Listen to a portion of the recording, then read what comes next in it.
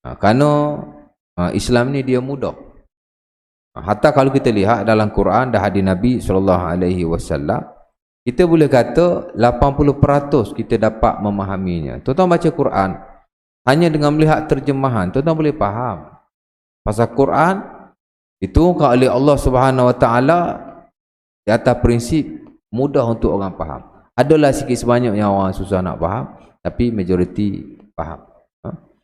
Sama juga dengan hadis-hadis Nabi SAW.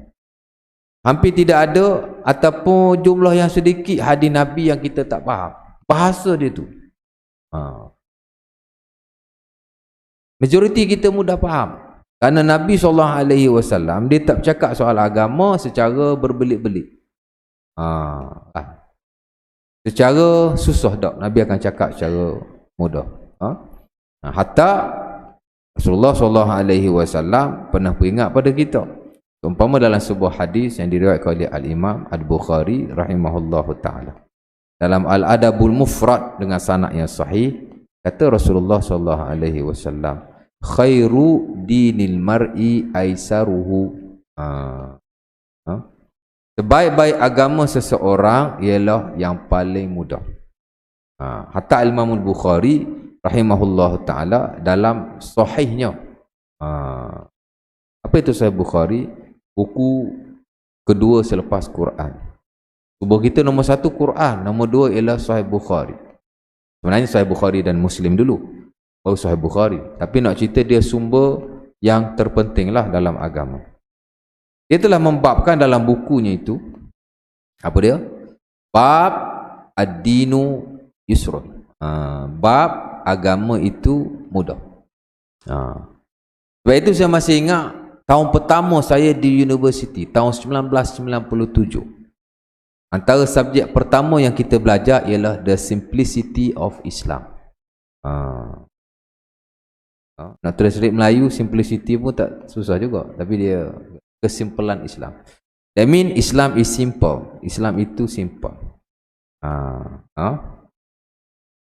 Bahkan bila saya mengajar fiqh sunnah, pasal ilmu fiqh ni bidang saya sebenarnya di peringkat masters, kita mengutamakan apa yang disebut sebagai the simplified fiqh. The simplified fiqh, fiqh yang dipermudahkan. Dan hari ni banyak ulama yang mengarang buku tentang simplified fiqh, fiqh yang simple. Termasuk ulama contemporary umpama Dr. Yusuf Qardawi rahimahullah hafizahullah taala dalam bukunya At-Taisir fi Fiqhi Ramadan, simplicity dalam fiqh Ramadan. Baik, kata Imam Al-Bukhari, babun ad-dinu yusrun. Bab agama itu mudah, simple. Sebab itu kita tak dapati dalam agama ini satu benda yang rumit, tak ada. Semua kita boleh mengamalkannya, semua kita boleh belajar. Tak ada yang payah-payah.